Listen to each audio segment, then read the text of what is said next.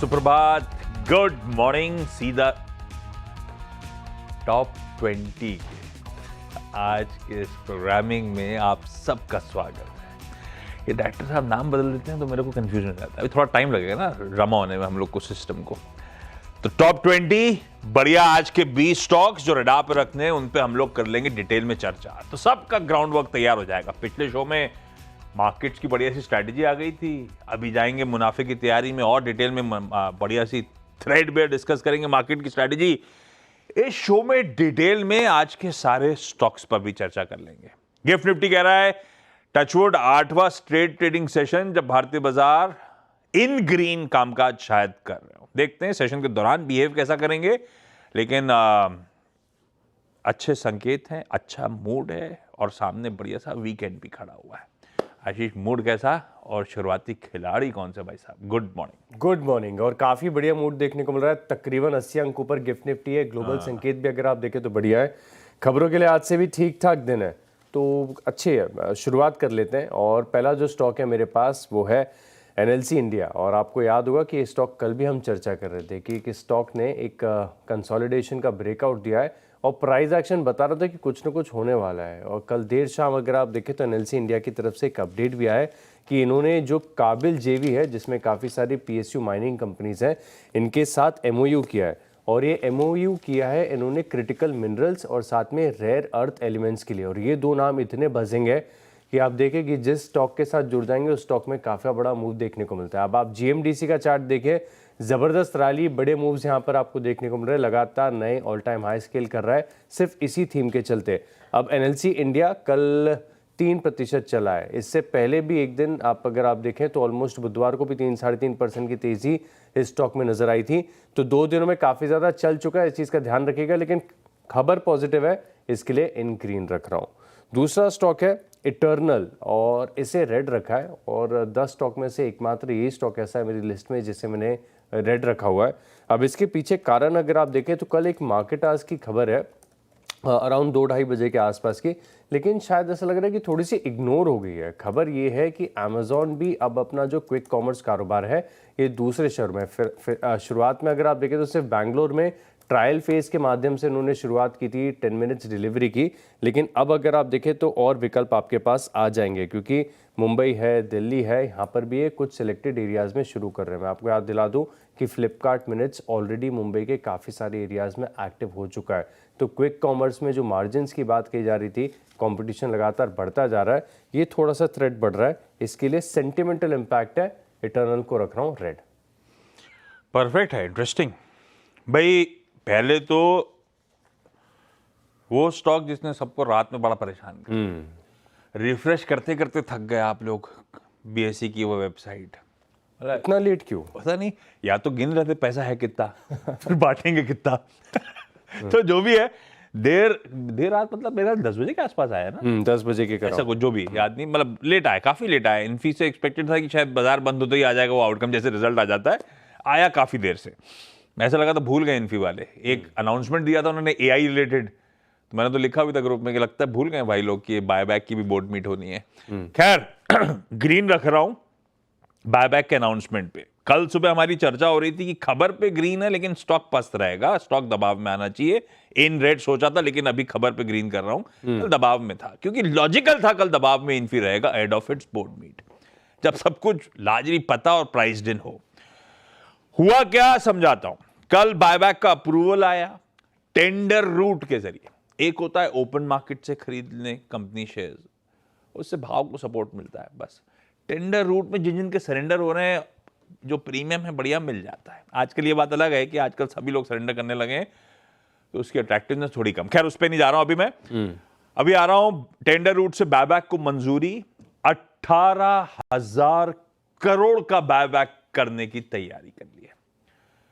ये अब तक का सबसे बड़ा क्वांटम के हिसाब से बायबैक हो गया, लार्जेस्ट एवर। पिछला कब आया था? 2022 में, तब बायबैक था 9,300 करोड़ का।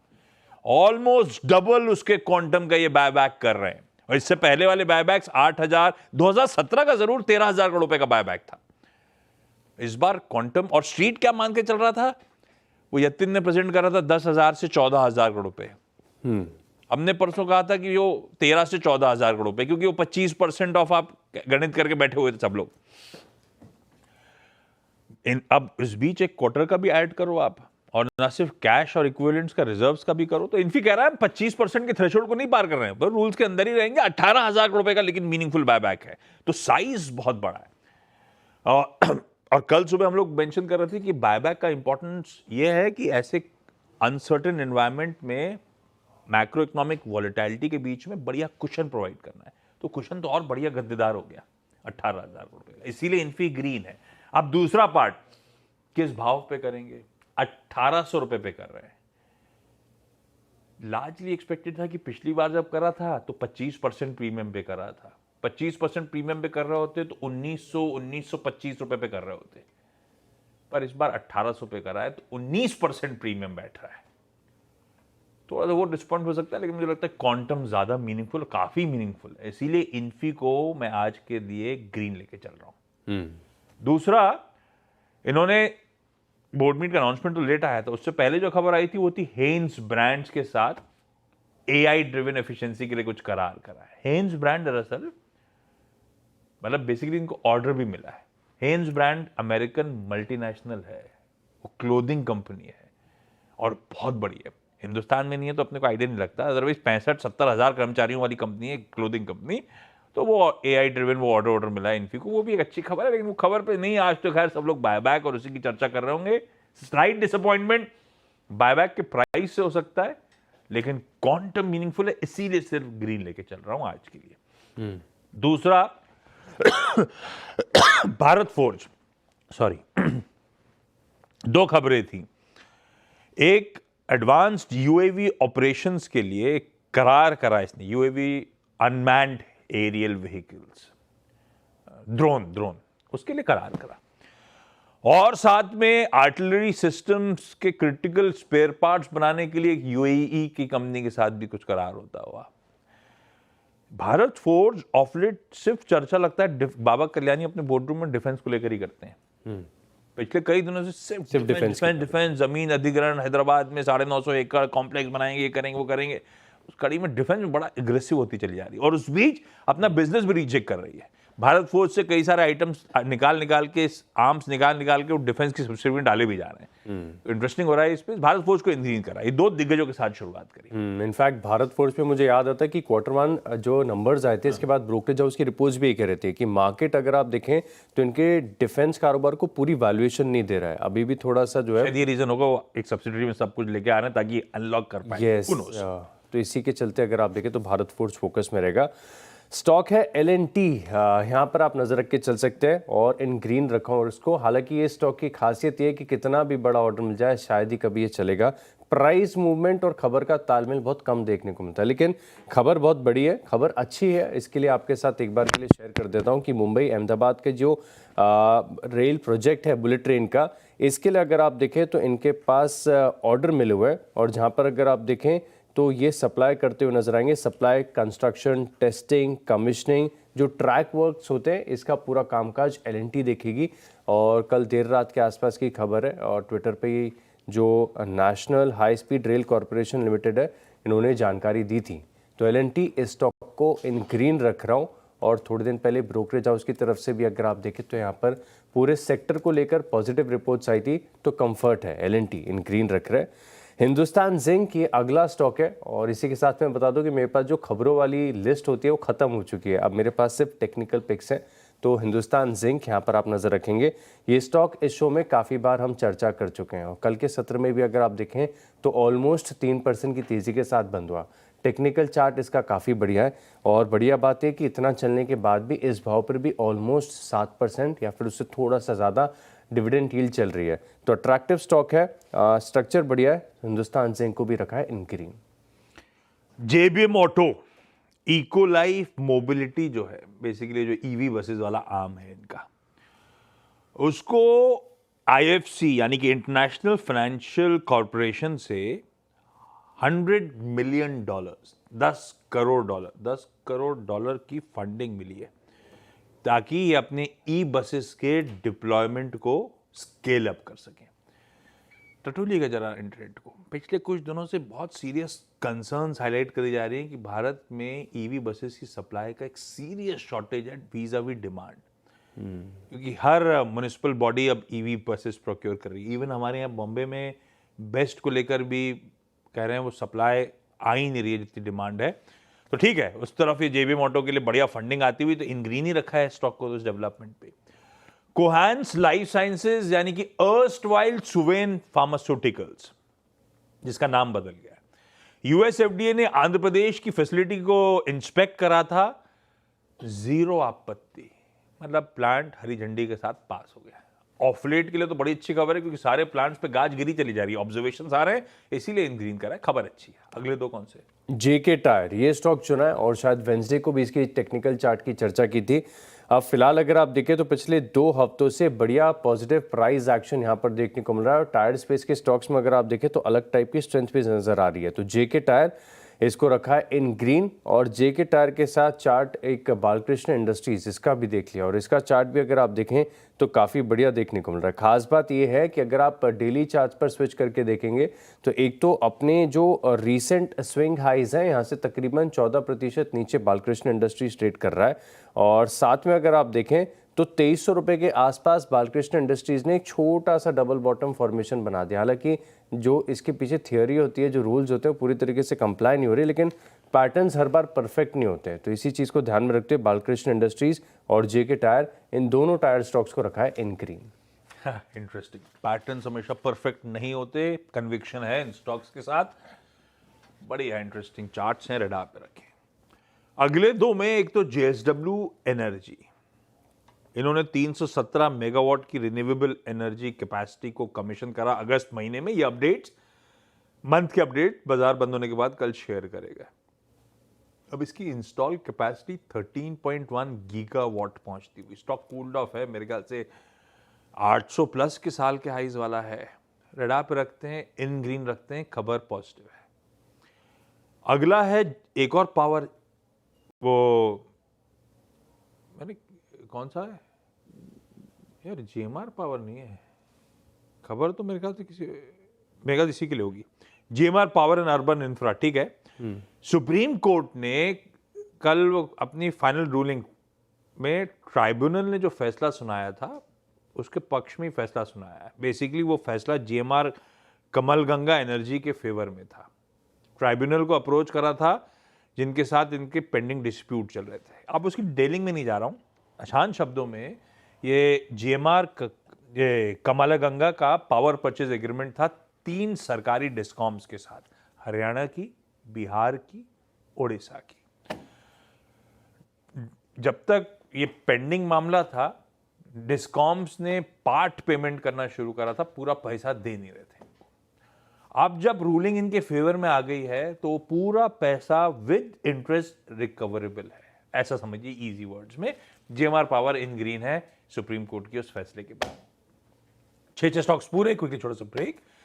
ब्रेक के बाद जब लौटेंगे तो ये टॉप 20 पूरे करेंगे। 8 स्टॉक्स को नहीं है चर्चा।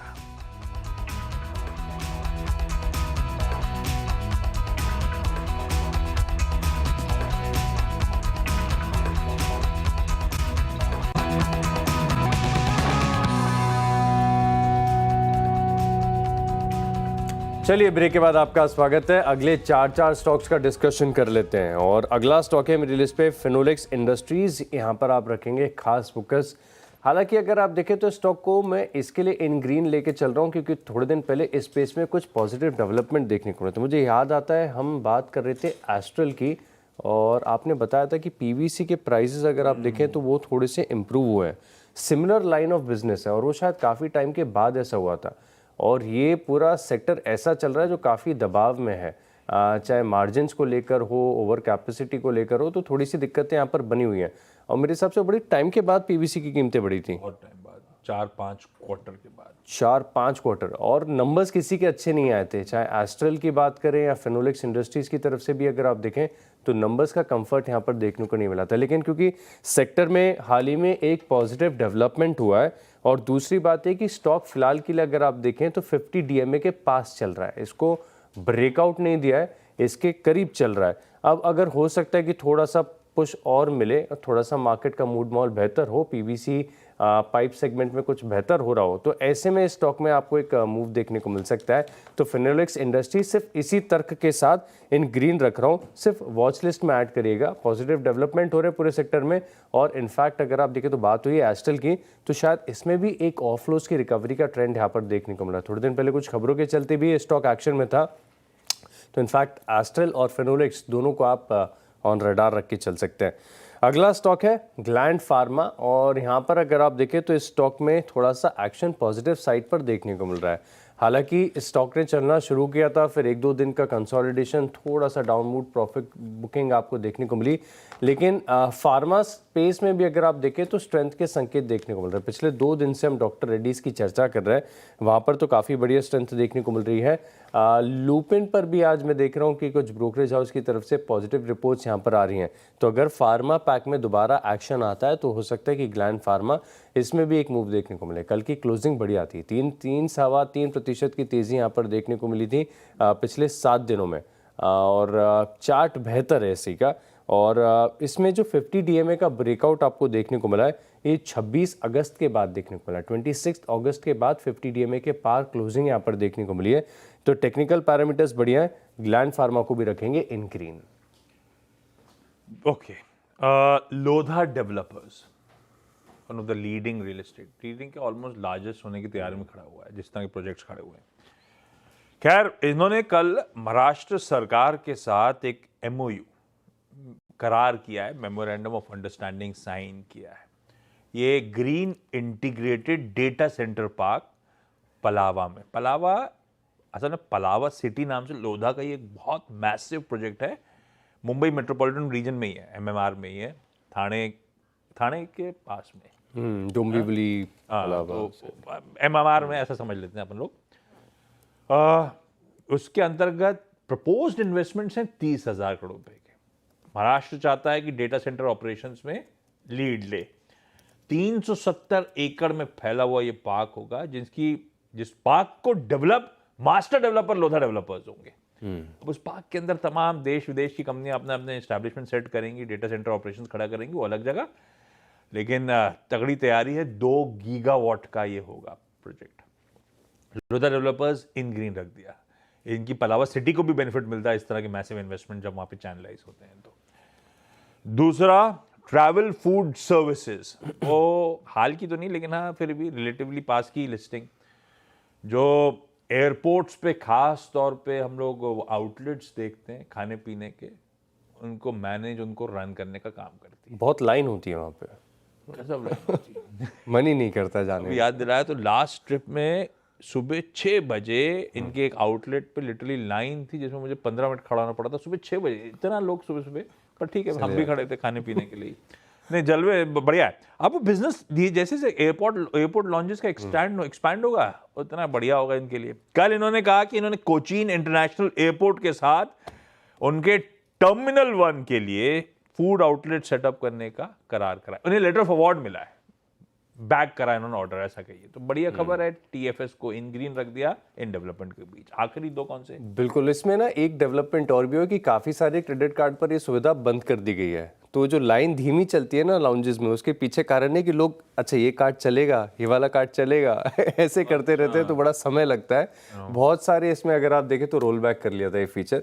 क्विकली आपको आखिरी 2 स्टॉक बता देता हूं, और मिड कैप IT की चर्चा हम लगातार इस शो में करते आ रहे हैं, और जब आइडियाज़ कम होते हैं ना मेरे पास, तो मुझे रिवीजन करना पड़ता है। तो अब याद है कि मिड कैप IT बेहतर वेल प्लेस्ड है, पोजीशनड है। इन्फोसिस ने अपना मूड माहौल थोड़ा सा IT का बेहतर किया है, तो फर्स्ट सोर्स सोल्यूशन ये स्टॉक ले लिया है। कल 2.5% की तेजी के साथ बंद हुआ है, आज देखेंगे कैसा एक्शन यहाँ पर देखने को मिलता है। फिलहाल के लिए पिछले 3 सत्रों से तो सब कुछ ठीक ठाक है, इन ग्रीन रख के चल रहा हूँ।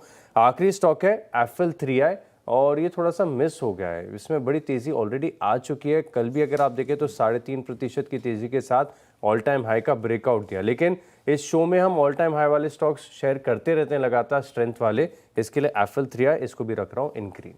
लास्ट के 2 में NBCC, Rajasthan state industrial development and investment corporation के साथ करार करा, इन ग्रीन कर दिया।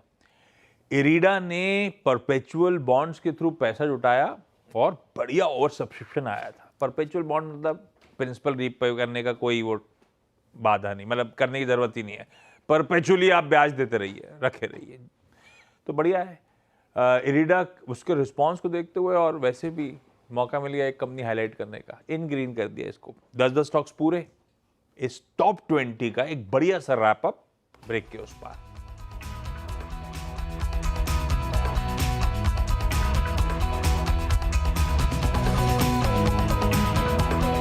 लिस्ट है तैयार। सबसे पहले स्टॉक है एनएलसी इंडिया, इसको रखा है इन ग्रीन। इटर्नल इसे रखा है रेड। एलएनटी यहाँ पर फोकस रखेगा खबरों के चलते।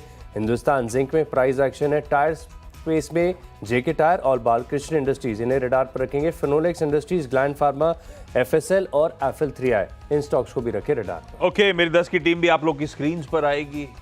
खबरों की वजह से हरे और लाल होंगे, और लाल तो है ही नहीं, पर ये स्टॉक की चाल के लिहाज से नहीं, ध्यान रखिएगा हमेशा। इन्फोसिस, भारत फोर्ज, JBM ऑटो, कोहेंस लाइफ साइंसेज यानी कि Suven Pharma, JSW Energy, GMR Power, Lodha Developers, Travel Food Services, NBCC और इरिडा इन ग्रीन आज के लिए।